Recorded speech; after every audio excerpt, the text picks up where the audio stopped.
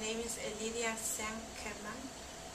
Elidia Sangerman is Sangerman. My name is Luz Casio, Luzcasio.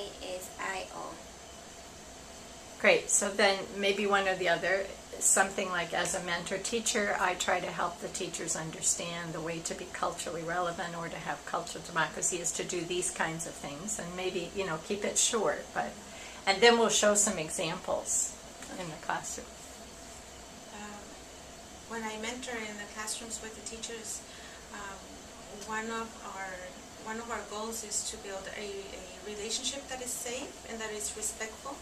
And I think in order for us to really, in order for me, what I've learned to be a mentor who really promotes cultural competency in terms of in democracy, in a democratic way, I have to give the teachers time and also space for them to tell me who they are, what their ethnic background is, what their identity is, cultural identity is, and hear from them what they value in their lives, what they vision for children, how they see the communities grow, and what is it that they would change? What is the first thing that they would actually, if they had to teach for 1 year, what do they hope that the impact of that 1 year would be in their lives as teachers, as educators, as learners, as researchers, but also how will that 1 year will impact the lives of children who are going to be going to kindergarten or to any other school, and how children are going to, what they learn, and how they relate to the world, how they see their communities, how they relate to their own identities, because that's when children grow up disconnected from who they are, it creates a lot of confusion in terms of finding a path of which way they want to go. And when the society tells them this is who they should be, they don't have the power or the strength to stand up and say, I am different, and I choose a different path. I don't want to choose this path. And I think that's the most important thing, more important than academics itself, teaching ABCs or the colors or the numbers, because eventually those are going to be taught at school and nobody's going to, they're not going to have a choice, but they can have a choice on to how they want to learn those things. Yeah, I'm glad that you are a mentor teacher.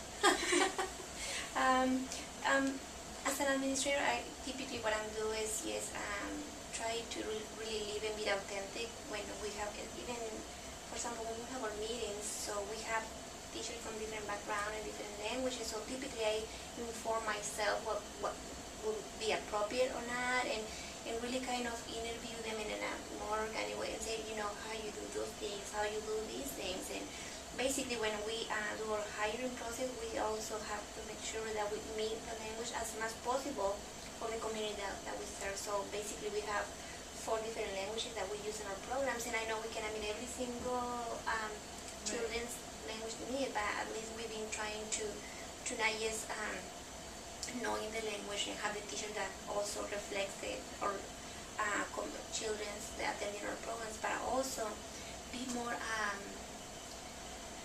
searching for ways that how they live and what they need, like in families interviewing or in the hiring process, like what you want for your child, like the same question that you ask our teachers about, if this is at the end of the day, what you want your child to be able to learn or do, or what are your dreams for it. So we try really to work together as a school-home connection. So it's just not just teachers, but also the families have to make sure that we meet their needs in a really sensitive way.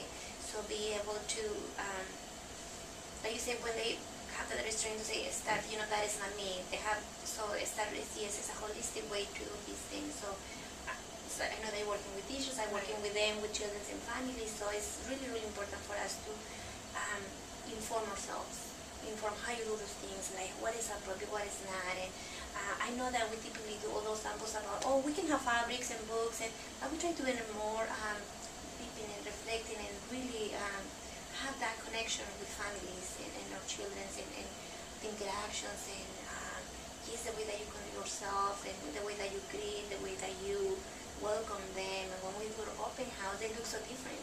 We have teachers that they need to do by noon, they have to do some prayers, so we provide those breaks for those teachers to be able to do that. I mean, it's so many things that it's hard to not doing when you really try to make this cultural democracy environment around your program. So there's so many things that you have to be covering and be aware of it, and actually who you are and what you bring as yourself. When you move, it's like That's wonderful. Can you do all of that in Spanish too? Is that